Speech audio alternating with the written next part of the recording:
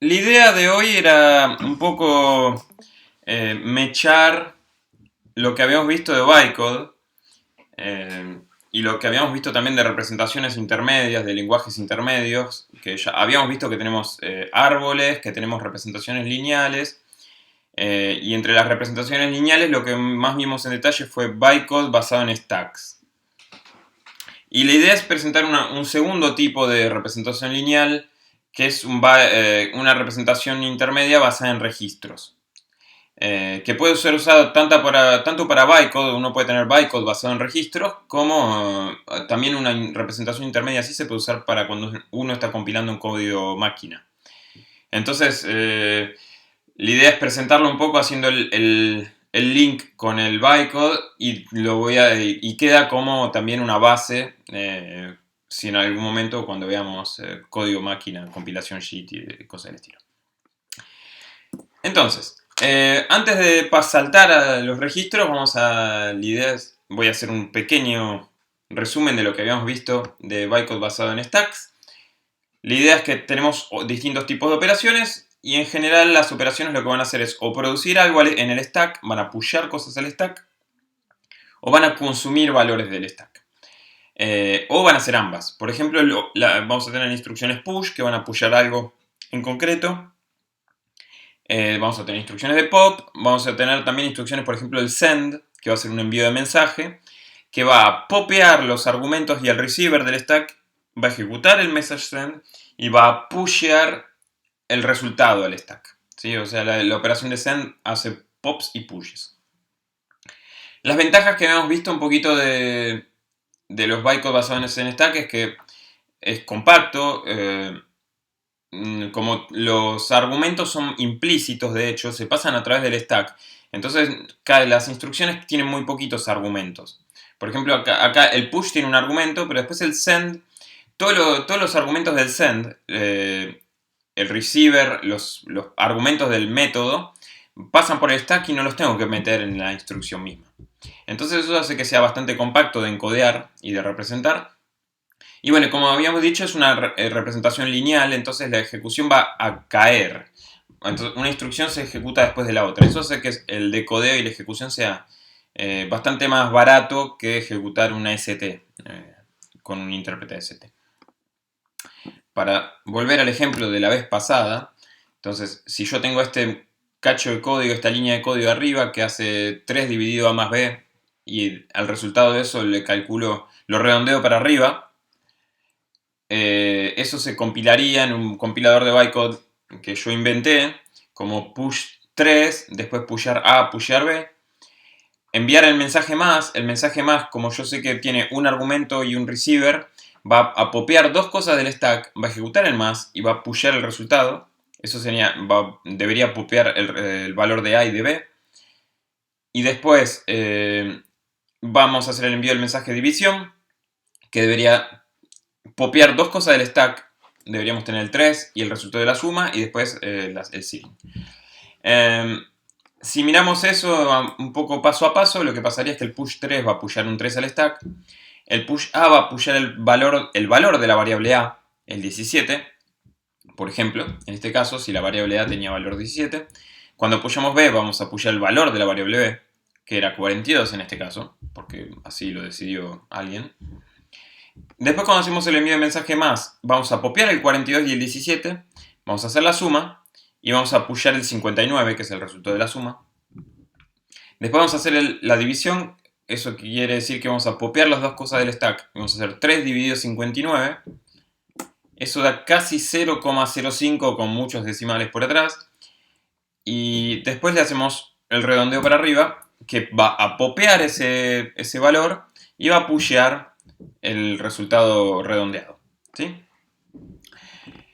Ahora, más o menos ahora que tenemos en claro cómo funciona el bytecode basado en stack, es el bytecode que ustedes van a ver en la mayoría de las implementaciones de lenguaje, en la mayoría de las máquinas virtuales. Voy a primero introducir muy rápidamente cómo funcionan los registros y después vamos a ver el mismo ejemplo pero con los registros. Entonces, cuando tenemos una representación intermedia o un lenguaje intermedio basado en registros, lo que va a pasar es que las instrucciones ya no se van a intercambiar datos a través del stack de manera implícita, sino que se van a intercambiar datos de manera explícita a través de registros. Una cosa que es muy importante, porque yo estoy diciendo registro, registro, registro, y la gente va a pensar, pero estoy pensando en la CPU. No. Lo llamamos registros, pero en realidad no hay que pensar que van a ser registros de la máquina. Lo que va a pasar es que los registros que nosotros vamos a usar, en realidad van a representar variables. ¿Sí? Entonces, por ejemplo, acá, si yo tuviese a la derecha la instrucción add AB1, lo que hago es, estoy haciendo un add de b más 1, donde b es una variable, lo vamos a llamar un registro, también, pero bueno. Y el resultado lo vamos a poner en el registro A, que va a ser una variable. Uno podría eventualmente mapear esta representación intermedia a registros físicos. Por ejemplo, yo podría decir A está el registro de mi máquina y B está el otro registro de mi máquina.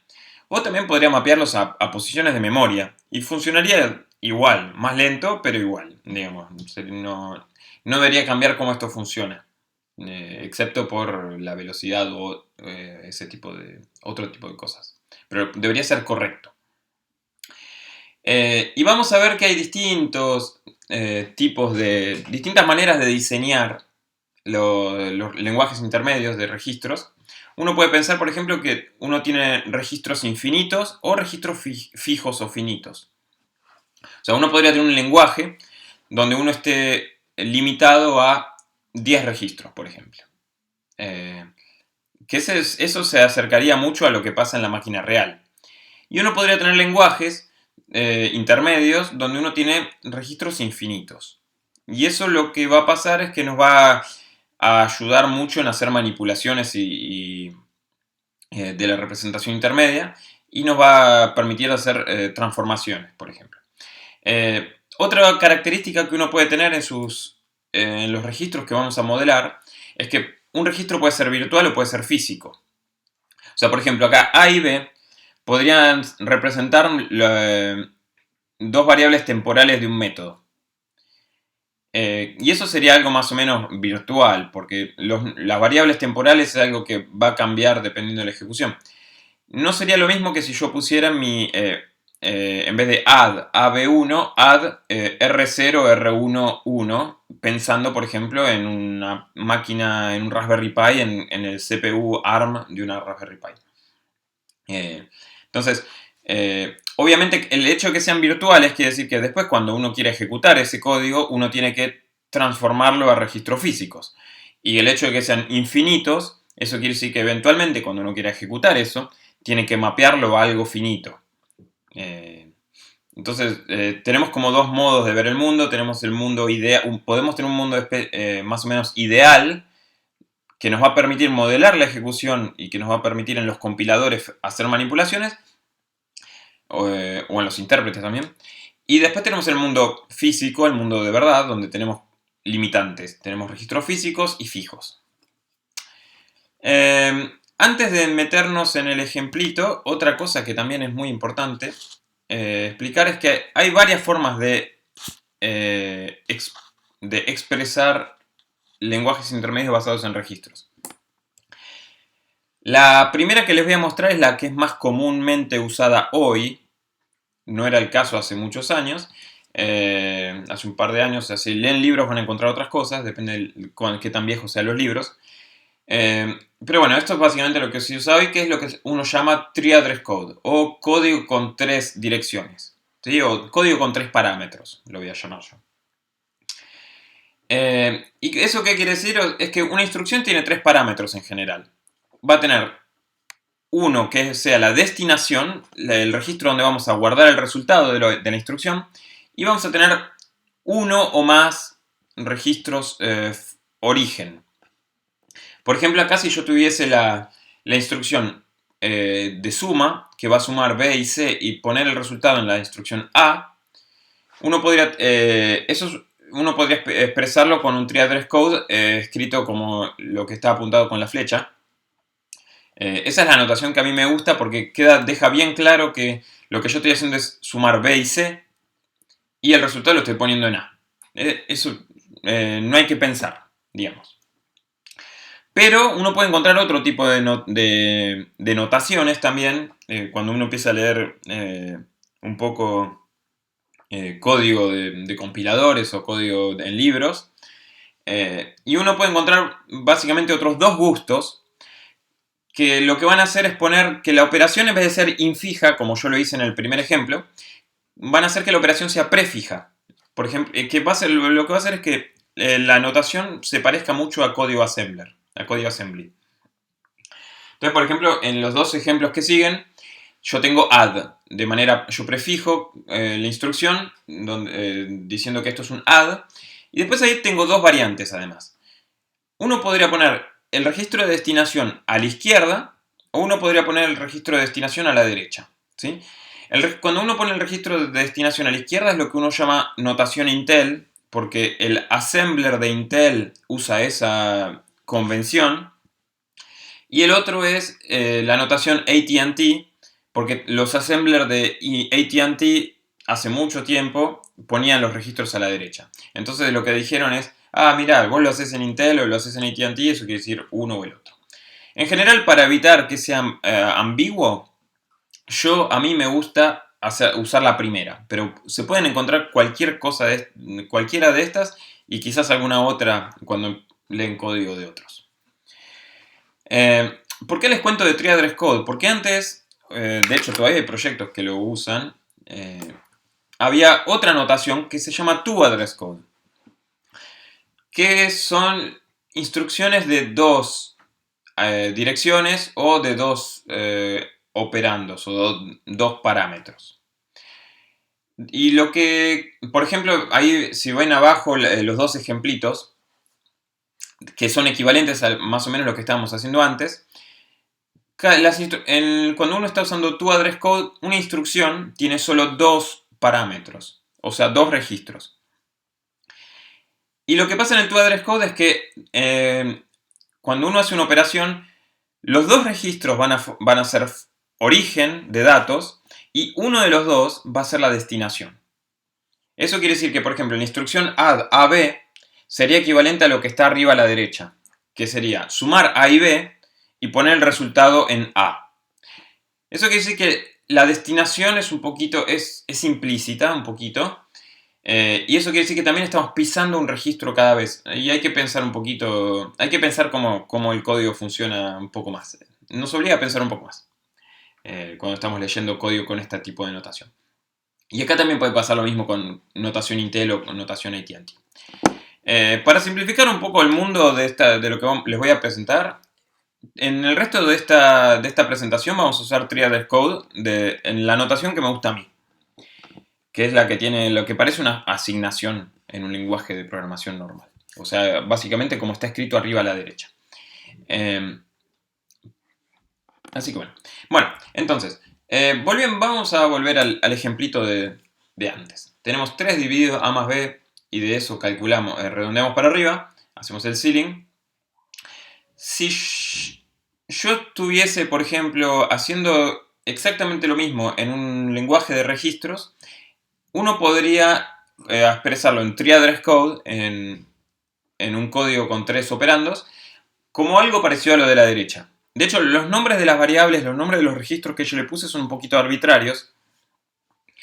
No son importantes, de hecho, los nombres, porque es código que uno va a generar de manera automática, de hecho.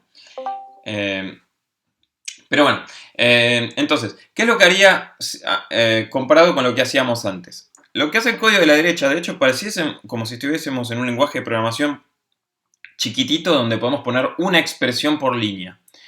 Entonces, lo que haríamos es sumar A más B y poner eso en una variable temporal, que sería un registro, en este caso. El resultado de eso lo vamos a usar para dividir a 3 por eso, y vamos a poner el resultado de eso en otra variable temporal. Y al resultado de eso le vamos a mandar el mensaje ceiling. Y el resultado de eso lo vamos a guardar en otra variable temporal.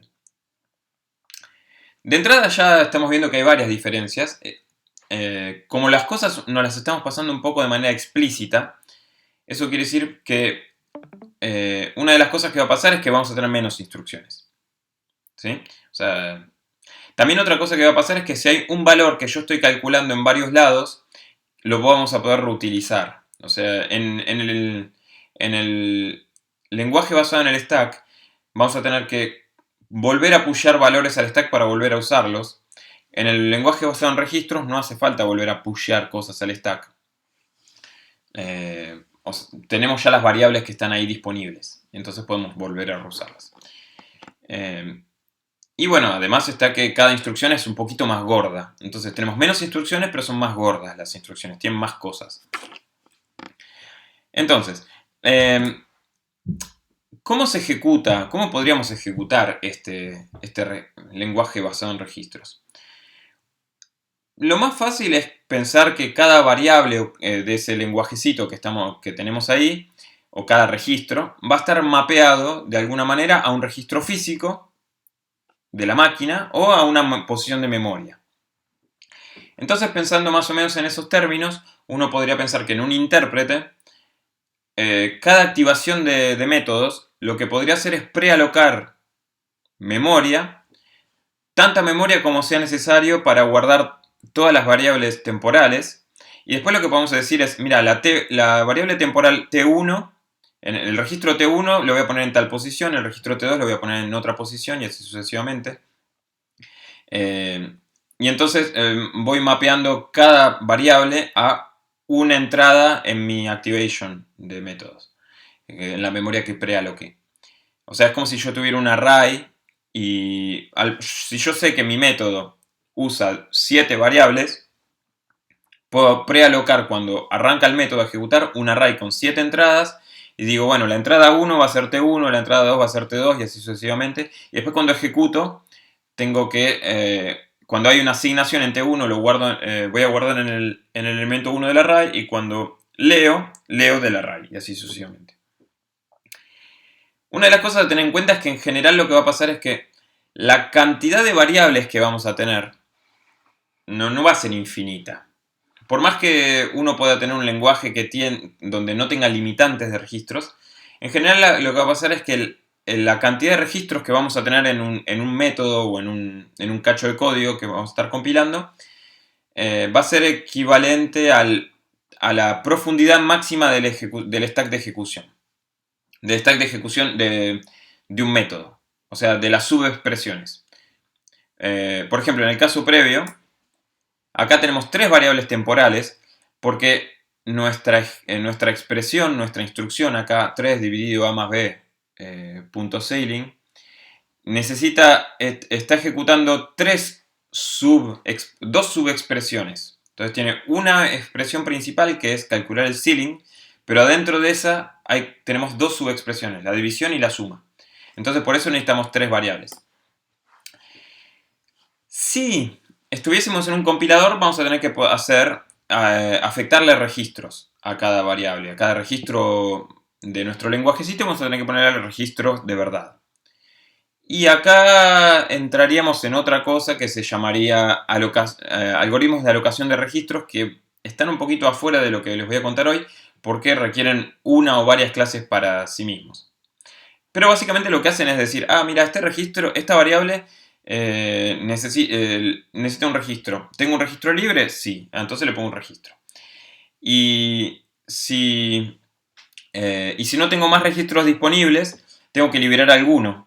Entonces lo que se hace en ese caso es mandar valores a memoria y continuar la compilación en registros. Entonces, si mi máquina tiene 10 registros y mi programa está usando 17, eso quiere decir que no voy a poder tener todas las cosas en registros de verdad. En algunas cosas vamos a tener que poner memoria. La próxima cosa que yo les quería contar entonces es cómo hacer para pasar de un lenguaje de stack a un lenguaje de registros. No es muy complicado y por eso se los quiero contar, porque si les interesa trabajar con un lenguaje de registros en vez de un lenguaje con stack, hay un algoritmito chiquitito que se puede seguir y que es bastante sencillo para hacerlo. Entonces, ahora se los voy a mostrar en un ejemplo, pero ¿cuál es la base del algoritmo? Es que si yo tengo que pasar de un stack a registros, algo que puedo hacer es simular la ejecución del lenguaje de stack, usando un stack, obviamente. La otra cosa que podría hacer es que cada elemento del stack podría representar un registro. Ahora lo vamos a ver en el ejemplo bien. Entonces, eso quiere decir que pushear cosas al stack, en mi lenguaje de stack, estaría asignando cosas a registros, y popear cosas del stack nos daría el registro que deberíamos usar en nuestra instrucción. Entonces, imaginemos, volvamos a nuestro ejemplo, ya lo conocemos. Lo que queremos hacer es, a partir de lo de la izquierda, generar lo de la derecha, o algo parecido. Entonces, vamos a ejecutarlo. Entonces, como yo les dije, vamos a ejecutarlo de la izquierda, en un stack, tengo mi stack, y lo que voy a hacer es, en cada elemento del stack, le voy a asignar un nombre de variable temporal. Podrían ser infinitos. Muestro T1, T2, T3 porque yo sé que no vamos a necesitar más, así que eso simplifica un poco el trabajo. Entonces lo primero que vamos a hacer es pushear un 3. Obviamente pushear el 3 no hace nada. Lo que quiere decir es que 3 estaría en T1. Pero como es una constante, bueno, lo vamos a obviar. Imaginemos que A es un registro especial que tiene el valor A y B también. Entonces vamos a pushear 3 A y B al stack. Y hasta acá todo bien. Ahora, cuando hacemos el mensaje más, lo que habría que hacer es popear A y B. Como A y B ya son registros, que son los registros de los parámetros, por ejemplo, de mi método, entonces no los voy a poner, los podría poner en otras variables temporales. Decidí no hacerlo para simplificar un poco el ejemplo. Pero entonces popeo los dos valores, como son registros no lo pongo en una variable aparte. Y lo que voy a hacer es voy a poner el resultado de A y B, la voy a pushear al stack. Fíjense que en mi stack yo ahora tengo T2 equivale a A más B. ¿Sí?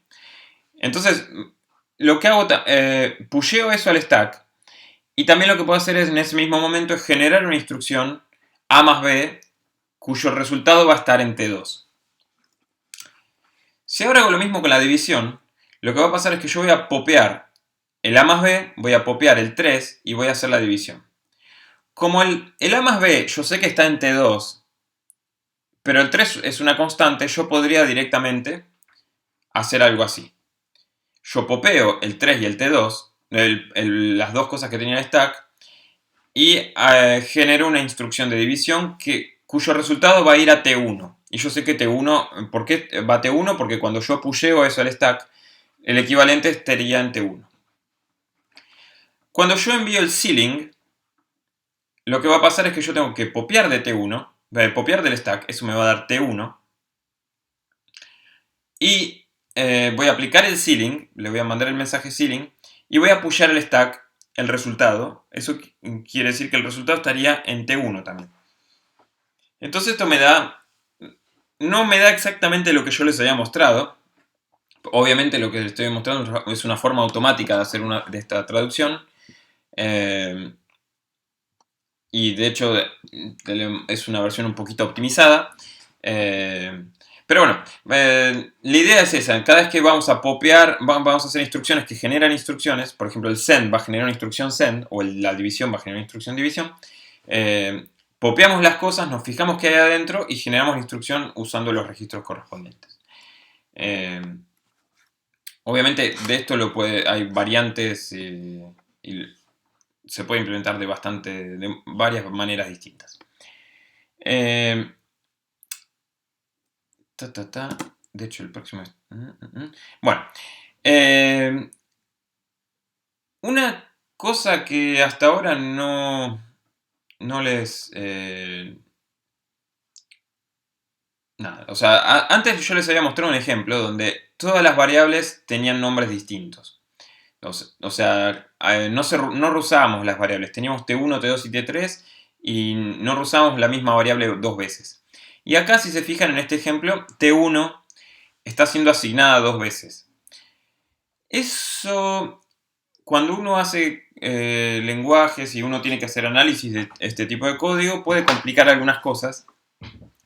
Entonces uno puede que se encuentre en algunos libros y en muchos compiladores modernos una variante de este código que se llama código de asignación única. Es la forma de asignación única, que básicamente no tiene nada realmente muy complicado. ¿Qué quiere decir? Quiere decir que yo tengo una representación intermedia de registros donde cada variable se asigna una sola vez. ¿Sí? No puedo tener asignaciones a una misma variable varias veces. Y eso quiere decir que si en algún momento tenemos que reconciliar valores, por ejemplo, que deberían representar a la misma variable o el mismo valor, por ejemplo, si yo quisiera retornar, si yo tuviese un if, puede ser que yo tenga que devolver un valor generado en una rama del if o en otra rama del if, para poder asignar de manera un poco dependiente de qué rama voy a venir, vamos a usar una cosa que se llama phi functions, funciones phi. Les voy a contar rapidongo de qué se trata, pero no creo que sea necesario para el taller, en todo caso, entrar ahí adentro. Esto es solo cultura general. O sea, mostrando el ejemplo de la izquierda, eso es lo que generó nuestro algoritmo. No es una forma single static assignment, porque si se fijan, T1 está siendo asignada dos veces. En cambio, la versión de la derecha, yo tengo T1, T2, T3. En este caso, cada variable está siendo asignada una sola y única vez. Esto está en forma SSA. Lo que tiene de ventaja, como es la forma SSA, es que vamos a poder hacer muchas manipulaciones de manera mucho más sencilla. Entonces, por ejemplo, eso que yo les contaba antes de hacer alocación de registros, de decidir qué registro físico va a ir a cada registro virtual, en este caso, es algo que se simplifica mucho el algoritmo si usamos SSA. Si alguna vez tienen que construir un compilador de verdad, eso es lo que se tienen que llevar. También, por ejemplo, hacer análisis de código muerto. Es mucho más fácil saber que una variable no está siendo usada si cada variable tiene una sola asignación. Porque, por ejemplo, imagínense que en algún momento nos decidimos que la segunda instrucción la podemos eliminar. Entonces, a partir de ese momento, si no hay ningún uso de la variable T1, podemos eliminarla también. Si uno tuviese varias asignaciones a T1, uno tiene que de pronto hacer un análisis dinámico del código para hacerlo, en vez de estático. Y eso es un poco más complicado de hacer. Eso lo que hace es agregar tiempo de compilación. Y después también uno puede saber mucho más fácilmente, por ejemplo, las dependencias entre las instrucciones y cosas del estilo. Esas son un poco de las ventajas del SSA. Como yo les decía, por ejemplo, hay algunos casos donde vamos a tener que usar, si estamos en forma SSA, lo que se llama las funciones phi. Imagínense que tenemos este cacho de código a la izquierda, donde yo hago una comparación entre A y B. Si A es menor a B, mi variable C va a valer 1. Y si A no es menor a B, entonces mi variable C va a valer 7. Y después retorno mi variable C. Si yo representase eso con un bytecode basado en registros, uno podría decir, voy a comparar A y B y voy a poner el resultado de esa comparación en T1. Después, voy a jumpear si T1 es verdad hacia true path. Eso quiere decir que voy a saltar al label que está abajo. Y voy a poner como valor de C2, de la variable C, un 1. Fíjense que acá tengo dos variables que representan la variable C. Tengo la variable C1. Acá les puse nombres para que para que sea fácilmente visible a qué variable de la izquierda está relacionada con la variable de la derecha. Si hubiese puesto nombres autogenerados T1, T2, T3, no se vería tan claro. O sea, acá tenemos la variable C1, C2 y C3. Las tres variables lo que indican son los tres momentos en que aparece la variable C a la izquierda. Entonces, si yo salto por el true, voy a caer en el true path, en el camino true, y voy a hacer que la variable C valga 1. Si no caigo por el true, eso quiere decir que la variable c va a valer 1, va a valer 7, perdón, estoy en la tercera línea, y después voy a saltar al final. En ambos casos lo que va a pasar es que vamos a llegar a la anteúltima línea, y acá vamos a tener que decidir qué vamos a retornar. O retornamos el valor de C1 o retornamos el valor de C2. Para reconciliar un poco que la ejecución divergió en dos puntos distintos, lo que usamos una función phi que dice, si llegaste acá por el caminito de la izquierda, usa C1, si llegaste por el caminito de la derecha, usa C2. Y el resultado de esa variable phi lo ponemos en C3 y después retornamos C3. ¿Cómo se resuelve esto? Excede, me parece, el taller, pero solo quería contarlo por si en algún momento leen un libro de compiladores, esto va a aparecer seguro. Pero bueno. Entonces, de hecho, un poquito para terminar, de hecho, si ustedes quisiesen implementar un bytecode basado en registros en vez de un bytecode basado en stack, ya de hecho tienen casi todo hecho. No hace falta pasar de un bytecode basado en stack a bytecode basado en registros. Podrían directamente interpretar el AST de la misma manera en la que interpreté el bytecode basado en stack y generar el bytecode basado en registros directamente. No hace falta tener dos etapas. Las ventajas ya las vimos, es que generan menos instrucciones, pero van a ser un poco más grandecitas, más gorditas. Eso también va a impactar un poquito en cómo cuando las encodiemos en binario. Va a hacer que las instrucciones sean más gorditas. Porque vamos a tener que los argumentos sean explícitos en la instrucción. Pero bueno, tiene como ventaja que si después quieren escribir un compilador, sería bastante más sencillo de mapear a código máquina. Para concluir un poquito, a ver, ¿qué vimos? Hablamos de representaciones intermedias basadas en registros, como alternativas a stacks, donde los operandos son explícitos. Cada registro no es un registro, en realidad representa una especie de variable. Podemos tener distintos gustos de variables y distintos tipos de lenguajes intermedios, con variables infinitas o fijas, variables físicas o variables, o sea, registros físicos o variables virtuales que no necesariamente representan registros físicos. Hablamos un poquito de las distintas notaciones que podemos encontrar un poco en la naturaleza, Three-Address Code y Two-Address Code en particular. Y después hablamos un poquito de SSA, solo como cultura general, que no creo que vayamos a necesitar. Bueno.